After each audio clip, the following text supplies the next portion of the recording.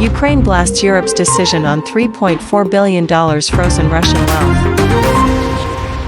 Ukraine criticizes Europe for using frozen Russian assets to compensate investors. The Ukrainian government has criticized a decision to distribute €3 billion from frozen Russian assets in Europe to compensate Western investors, calling it a move that undermines Europe's firm stance against Moscow. The action was carried out by Euroclear, a Belgium-based clearinghouse, to compensate investors whose assets were seized by Russia.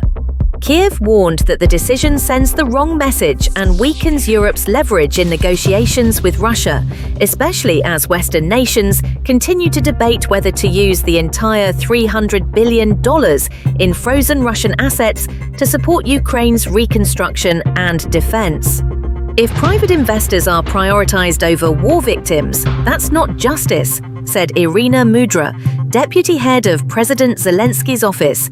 Mudra argued that the move makes Europe appear inconsistent and emphasized that international law states aggressors must compensate victims, not investors who voluntarily entered high-risk jurisdictions. The timing is particularly sensitive as the US, under President Donald Trump, shows signs of reducing support for Kiev and pursuing greater engagement with Moscow. Ukraine stressed the importance of maintaining control over the frozen Russian assets, particularly the hundreds of billions of euros belonging to Russia's central bank, which are currently held by Euroclear.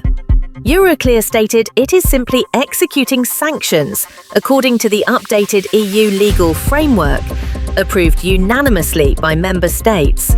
Belgian authorities reiterated that the decision is part of implementing EU policy, not an independent national action.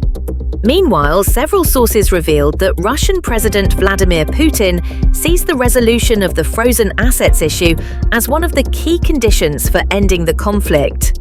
Ukraine is actively opposing any attempts to return these funds to Moscow, warning that the money would be used to produce tanks, missiles, drones, and to train new troops. Ukrainian officials and lawmakers, including Mykola Yurlov from the Ministry of Foreign Affairs and MP Kira Rudik, also condemned the move. They warned it sets a dangerous precedent and could undermine efforts to build international consensus on using the frozen Russian funds to rebuild Ukraine.